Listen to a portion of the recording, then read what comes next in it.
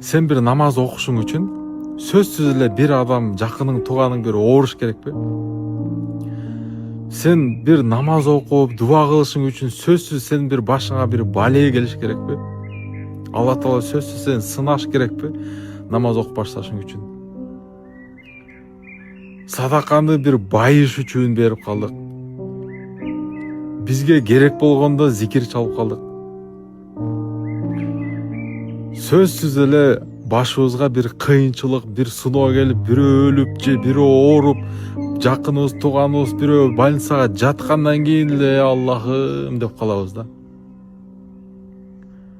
Анан көчөдө bir басып бараткан bir 10 сом садака сураса, 10 сом садаканы берип коюп дардаңдап калабыз да, мен бердим депчи.